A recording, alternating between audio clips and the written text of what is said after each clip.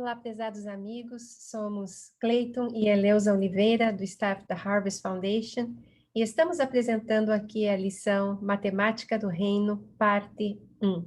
Esta é uma série de 8 lições básicas que a Harvest oferece, e estamos aqui hoje com a Matemática do Reino.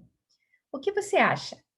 Na maioria das vezes, Deus age como esperamos, nos padrões da lógica humana ou fora dela?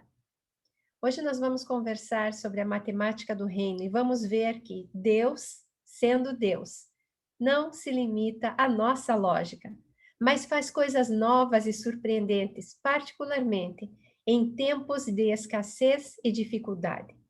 A verdade de que Deus transforma o nosso pouco em muito é surpreendente e é poderosa se ela for vivida.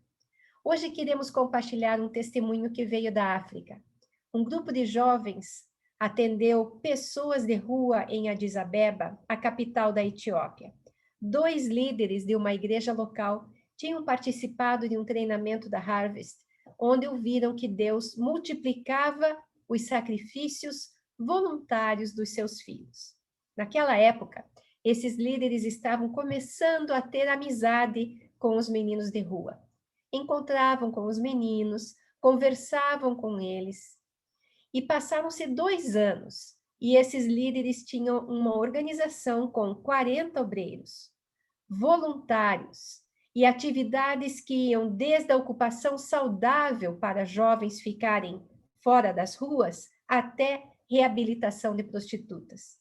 Quando perguntaram a eles como que tudo isso aconteceu, eles responderam: foi a matemática do reino. Eles tinham crescido em uma igreja cristã forte, mas sua cultura acreditava que progressos significativos contra a pobreza só podiam acontecer com recursos de fora. Eles aprenderam sobre histórias bíblicas e sobre o poder de Deus para multiplicar recursos, mas tinham dificuldade em viver aquela verdade até esse momento, não é? Então, uma coisa que me pareceu muito curiosa no relacionamento com esse grupo de jovens é que eles montaram essa estrutura, montaram uma organização, uma estrutura para dar ocupação para as pessoas. E eles criaram uma linha de produção usando teares de madeira. Eles poderiam ficar esperando que alguém, em algum país desenvolvido, que tem toda a tecnologia de fabricação de tecidos, lhes dar uma máquina até usada. Mas não, eles usaram um padrão de tear no seu próprio país, uma coisa manual, uma coisa de fundo de quintal, como se fosse uma carroça, e criaram um tear, 2 teares e uma fábrica de teares movida apenas pela energia elétrica. E, com isso, eles começaram a fazer os lenços usados para pôr na cabeça, para se proteger, essas roupas que são típicas daquela região. Mas quando a gente chega nesta área da providência divina, a gente sempre lida com situações negativas. Infelizmente, existe uma mentalidade de dependência que aprisiona as pessoas em todos os lugares. Elas acham que só com recursos dados por terceiros podem fazer alguma coisa. Ficam paralisadas, paradas, sem ação, com a justificativa de que ninguém está dando o que elas precisam. E aí entra um outro conceito complicadíssimo, o conceito de que eu mereço. Se você tem mais, você tem a responsabilidade de me dar. Isso não está certo. Outra situação negativa é a crença de que muita gente tem de que atos de serviço sacrificial não fazem diferença. Simplesmente não estão dispostos a pagar o preço do que significa tomar a cruz e seguir a Jesus. Como se o evangelho fosse um passaporte para privilégios, e aí começa a se rejeitar a ideia da ação sacrificial em prol de terceiros. Mas as economias fortes de hoje, as sociedades politicamente fortes de hoje, são sociedades e economias e comunidades que conheceram o valor da doação sacrificial. Isso é impressionante. Cabe uma revisão na nossa própria leitura da história. Ora, em contraste, temos visto Deus usar verdades bíblicas para libertar muitos das ataduras da dependência e do comodismo. Ele mostra a sua forma soberana e maravilhosa de provisão através da sua palavra. Assim, o entendimento da matemática do reino tem encorajado até igrejas menores ou igrejas mais pobres a obedecer e a fazer coisas que parecem impossíveis do ponto de vista humano. Deus quer usar pessoas como canal pelo qual ele possa liberar seu poder transformador. Mas ele não faz isso quando estão dependendo primordialmente de recursos de outros, recursos que dão falsa sensação de segurança fora da ação de Deus. É um pouco difícil dizer Deus não faz. Deus pode fazer tudo, mas existe uma lógica, existe uma racionalidade, uma criatividade nas coisas que Deus faz. É claro que Deus pode usar recursos de fora para avançar seu reino, mas quando ele usa e ele olha para os recursos materiais fora dele, seja em pensamento ou em prática, as pessoas se movem de forma perigosa em direção à adoração da criação, seja da pessoa, da organização que doa, ao invés do Criador. Esse é um ponto crítico envolvendo a nossa própria fé. E a fé, ela trabalha junto com a nossa ação, com a nossa racionalidade. Dessa forma, olhar para fora, em vez de olhar para Deus, é idolatria e é um perigo. Mas a história não para aí. A matemática do reino ajudou tanto líderes da igreja etíope como os meninos da rua a quem eles serviam. Como que isso aconteceu? Vamos dar uma olhada em histórias bíblicas para ver como Deus trouxe e traz a transformação milagrosa da sua providência. A primeira passagem que nós vamos olhar está em Isaías 40, 29, que diz: Ele fortalece o cansado e dá grande vigor ao que está sem forças. Assim é como esta passagem poderia parecer se fôssemos escrever uma fórmula da matemática do reino. Nossas debilidades vezes Deus igual a força. O que essa curta passagem quer dizer? Quando entregamos nossas debilidades para Deus, Ele as transforma em força. A continuação desta passagem, em Isaías 40, 30 e 31, diz: Até os jovens se cansam e ficam exaustos, e os moços tropeçam e caem. Mas aqueles que esperam no Senhor renovam as suas forças, voam alto como águias, correm e não ficam exaustos, andam e não se cansam.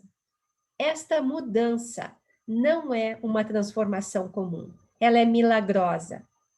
A matemática do reino não é uma filosofia que diz: se você acreditar em si mesmo o suficiente, ou se você acreditar no poder do pensamento positivo, você poderá mudar as circunstâncias. Não estamos falando disso.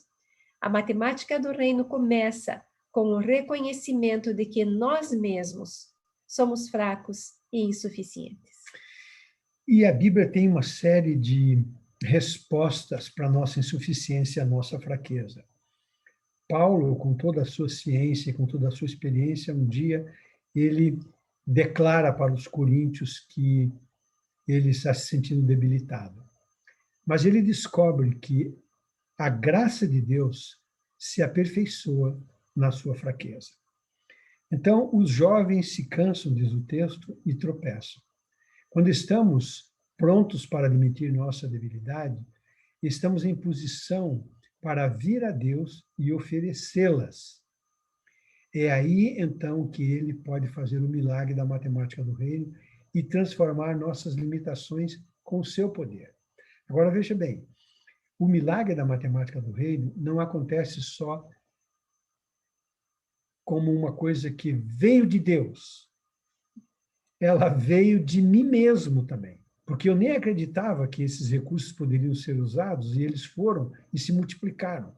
Tem uma resposta humana que vale. Tem uma resposta humana.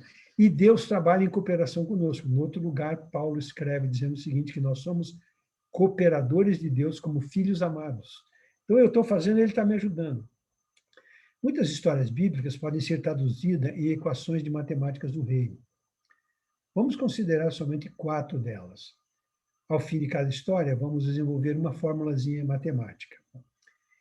Ao concluir as histórias, descobriremos verdades que nos ajudarão a libertar-nos da dependência e da paralisia. A primeira história é a história do lago. A referência bíblica é João 6, 1 a 14 e Mateus 14, 13 a 21. São textos paralelos que contam o seguinte. A gente pode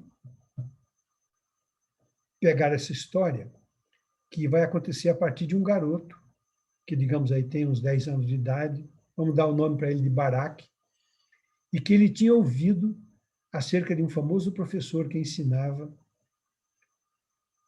a quem chegasse perto dele ali num lago onde esse menino morava.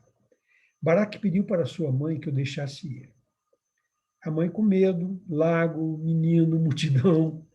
Finalmente ela deu a permissão e preparou um lanche com 4 pãezinhos e 2 peixes assados e os embrulhou no guardanapo. Quando Baraque chegou no lugar perto do lago, ele passou pela multidão até chegar perto do professor, perto daquele mestre. Ele não entendia tudo o que estava acontecendo, mas foi atraído ao mestre de uma forma diferente. Quando sentiu fome, Baraque abriu o pano que embrulhava seu lanche. Ao mesmo tempo, um dos discípulos do mestre sugeriu ao mestre que enviasse as pessoas que estavam ali para arranjarem algo para comer. Era tarde, todo mundo cansado e havia muita gente. Então, mas o mestre disse: eles não precisam ir. Vocês lhes deem algo para comer. Um aluno, chamado André, viu o lanche do Baraque. André disse ao professor que era Jesus: Ei, Jesus, tudo que temos aqui são 5 pães e 2 peixinhos. E Jesus disse: traga-os aqui. Eu imagino o que passava na cabecinha do Baraque naquela hora. O quê? O meu lanchinho? Mas ele entregou o seu almoço para Jesus, que lhe agradeceu e começou a repartir o pão e a distribuí-lo à multidão. Imagine, Baraque contando para sua mãe mais tarde: o mestre tomou o meu almoço, repartiu e pôde alimentar todo aquele povo, e ainda sobraram 12 cestos. Como você se sentiria se fosse Baraque? O que aconteceria se Jesus lhe pedisse tudo o que você tem para comer? Não podia Jesus ter alimentado a multidão de outra maneira? Claro que ele poderia, mas não o fez. Em vez disso, ele pediu ao menino que desse tudo o que ele tinha. Aqui está uma possível fórmula matemática, mostrando uma multiplicação de pelo menos 5.000 vezes. Vamos ver, menino, mais 5 pães e 2 peixes, vezes Jesus, igual comida para 5.000 homens, mais comida para mulheres e crianças, e mais os 12 cestos que sobraram. uau! É muito pão, né? É muito peixe, é muita comida. E 12 cestos sobraram. E eu acho que devia ser deliciosa, não apenas a quantidade, mas o sabor. Vamos ver outra história. Aqui vai. Essa história foi tirada de 1 Reis 17 e 18, e ela é a história do profeta Elias, que tinha declarado um tempo de fome como julgamento dos pecados de Israel. A fome tinha durado por 3 anos, e o rei Acabe, que era o soberano da época, estava perseguindo Elias. Deus enviou Elias para se esconder perto de um riacho e lhe provia comida usando aves do céu, corvos, etc. Ele pensou: café da manhã, almoço e jantar servido por pássaros? Esse é o nosso Deus, capaz de fazer coisas impressionantes. Quando o riacho secou, Deus enviou Elias para uma cidade distante, e disse: olha, Elias, tem ainda o chão pela frente, tem ainda fome pela frente, seca pela frente. Ele estava com muita sede e fome quando chegou à cidade e pediu ajuda a uma mulher, uma viúva, primeiro pedindo um vaso de água e, em seguida, algo para comer. A mulher era tão pobre que ele trouxe a água e logo já disse: eu só tenho farinha e azeite para a minha última refeição com meu filho e a gente vai comer e morrer. Mas Elias assegurou-a de que Deus proveria. Então a mulher, com fé, tomou o que tinha de farinha e azeite e alimentou o profeta Elias. Milagrosamente, a farinha e o azeite permaneceram na jarra o suficiente para alimentar a mulher, seu filho, Elias e outros mais, até que a fome acabou. Se imaginarmos a situação pela qual esse fato está acontecendo, a fórmula dessa história vai mostrar multiplicação de mais de 5.000 vezes do que foi inicialmente entregue. Vamos dar uma olhada? Vamos ver. Vamos lá, Elias. Viúva mais um bolo vezes Deus, igual a um bolo ou uma refeição por dia, vezes 3 pessoas, que são ela, a viúva, o filho e Elias, vezes 2 refeições por dia, vezes 365 dias, por quantos anos? 2 anos e meio. 2 anos e meio. Dá um total de mais de 5.400 bolos ou refeições. Ainda mais surpreendente que a multiplicação é a maneira como Deus alimentou o seu servo. Não poderia Deus alimentar Elias de outro jeito? Sim, mas ele usou corvos e uma viúva pobre que tinha apenas para ela e o seu filho. Uma terceira história é tirada de Marcos 12, 42 a 44. Aqui encontramos Jesus no templo, observando as pessoas que depositam suas ofertas. Parece incômodo, né? Ficar olhando. Os ricos se levantavam e se mostravam enquanto depositavam a sua oferta graúda. Mas uma viúva pobre tentava evitar que fosse notada, enquanto depositava 2 moedinhas, as quais eram tudo que ela possuía. Jesus olhando, e ele poderia ter interferido, dizendo-lhe que Deus não precisava da sua pequena oferta, que ela a usasse para atender às suas necessidades e até ele poderia abençoá-la multiplicando aquelas 2 moedinhas e ela foi embora cheia de alegria porque o mestre multiplicou as moedas. Mas ele não a deteve. Apenas chamando a si os seus discípulos, Jesus declarou: afirmo-lhes que esta viúva pobre colocou na caixa de oferta mais do que todos os outros. Claro que ela deu proporcionalmente mais do que o rico, porque ela deu tudo que tinha. Ela também deu literalmente o dobro do que o mais rico. Como? Vamos ver como se constrói uma equaçãozinha para isso. Então, nós temos uma viúva vezes 2 moedas, aliás, uma viúva mais 2 moedas, vezes Jesus, igual a 2.000 anos de inspiração para dar sacrificialmente. Agora pense comigo, quantas milhões de vezes a oferta da viúva tem se multiplicado ao longo dos anos em que essa história está sendo contada? Muitos têm dado sacrificialmente por causa do exemplo da viúva. Quer dizer, além da história da viúva se multiplicar como inspiração ao longo dos últimos 2.000 anos, as histórias contadas têm se multiplicado e se multiplicado e se multiplicado. Em resumo, essas 3 histórias podem ser juntadas em uma fórmula geral do reino de Deus.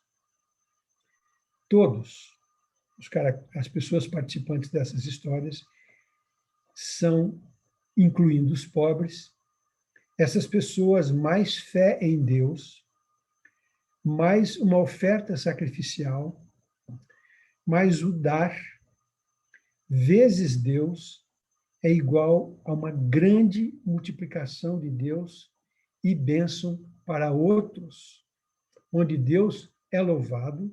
Então, mais bênção para os outros, mais Deus é louvado e mais bênção pessoal de cada um de nós. Essa fórmula geral é consistente com o exemplo que vemos na vida de Jesus. Ele teve poucas possessões terrenas. Ele disse: as raposas têm suas tocas e as aves do céu seus ninhos, mas o filho do homem não tem onde repousar a cabeça. É uma referência de Mateus 8:20. Mesmo sem casa própria, mas com todo o poder, Jesus fez o maior sacrifício que se tem notícia, que foi dar a sua vida. Seu sacrifício traz vida eterna para todos os que lhe pedem e que creem, trazendo grande glória para Deus. Mas nós temos uma última história, e essa não é com final feliz.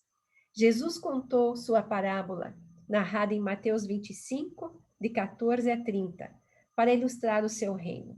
Um homem rico chamou seus 3 servos para dar-lhes instruções antes que ele saísse para uma longa viagem. Ele confiou parte dos seus recursos para cada servo, esperando ter lucro quando voltar.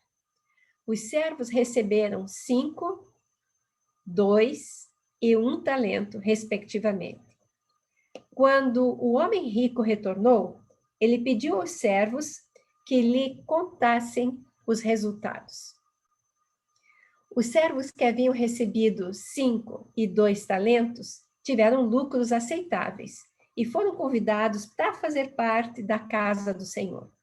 O servo a quem fora confiado 1 talento teve que admitir que seu medo lhe causou com que protegesse o pouco que tinha, foi e enterrou, ao invés de correr o risco de investir.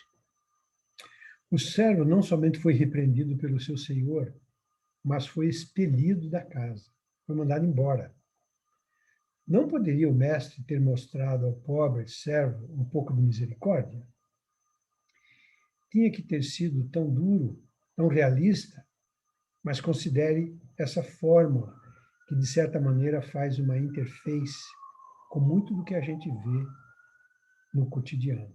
Então, um servo mais 1 talento, vezes 0, vezes nada, igual a 0, mais servo jogado nas trevas. Essa é uma fórmula complicada.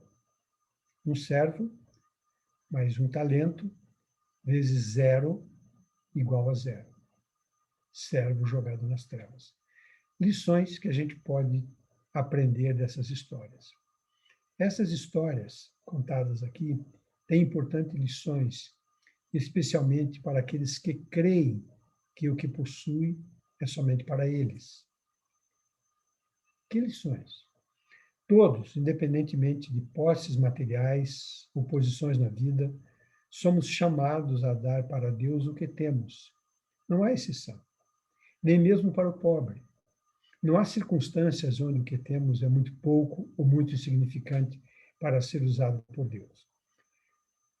Devemos dar a Deus quando Ele nos pede. Nossas circunstâncias, mesmo difíceis, não são desculpas. Há pouco meditávamos nesse texto e uma pessoa nos escreveu, dando como referência da multiplicação dos recursos, uma área de lixão que tem no Paraguai, chamado Cateúra. Como eles usam lixo e transformam isso em música. Então, nossas circunstâncias, mesmo difíceis, não são desculpas. Onde quer que estejamos, ou qualquer coisa que a gente seja, ou que a gente deve pedir a Deus, deve ser movido por uma outra motivação. A motivação de dar com fé e amor a Deus, que é muito maior do que os ganhos materiais.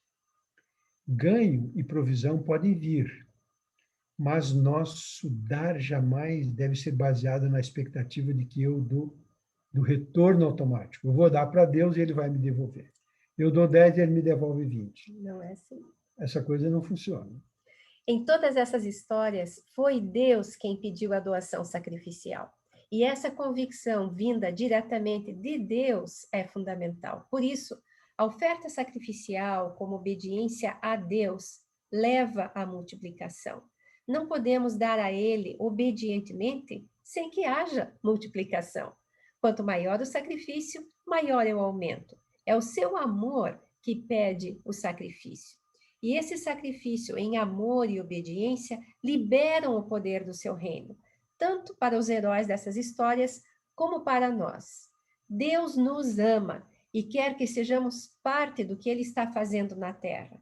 Ele não quer que o façamos sozinhos, e Ele escolheu não fazê-lo sozinho também.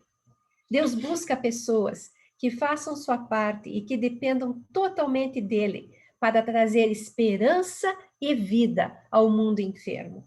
O chamado para sacrificar é realmente de um Deus que nos ama.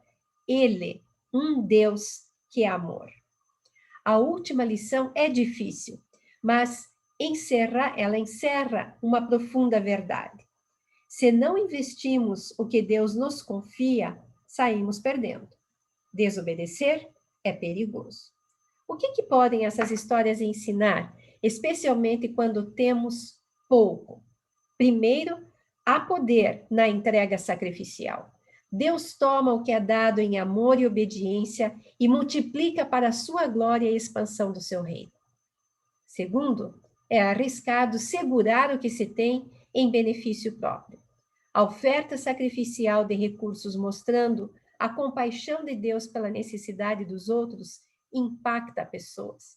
É mensagem poderosa do amor de Deus e vale tanto para indivíduos como para igrejas.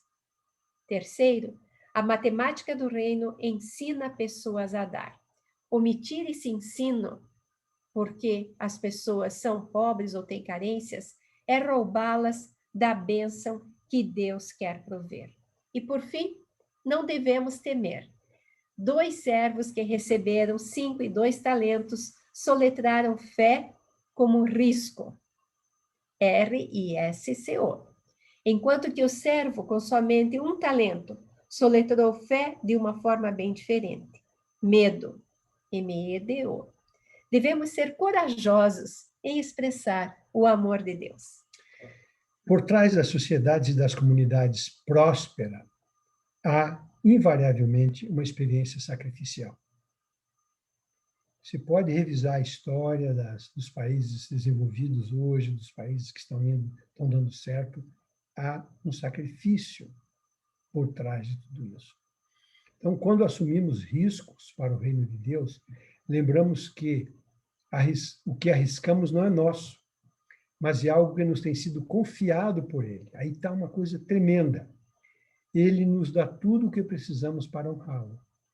E as Escrituras dizem lá em 2 Pedro 1,3 o seguinte: seu divino poder nos deu tudo de que necessitamos para a vida e para a piedade, por meio do pleno conhecimento daquele que nos chamou para a sua própria glória e virtude. A esperança para a provisão de Deus mesmo em tempos difíceis. E essa esperança não é cega, e essa esperança não confunde. É esperança na certeza de que Deus tem um plano e Ele honra a fidelidade dos seus filhos, multiplicando sua obediência e o sacrifício ao doar. Esta é a maneira de Deus agir e esta é a matemática do reino. Aí a gente pergunta, sempre quando a gente assiste uma aula de matemática, a gente tem dúvidas. Onde estão as dúvidas? Voltaremos a conversar. Muito obrigada pela sua atenção. O site da Harvest Foundation é harvestfoundation.org. Faça-nos uma visita.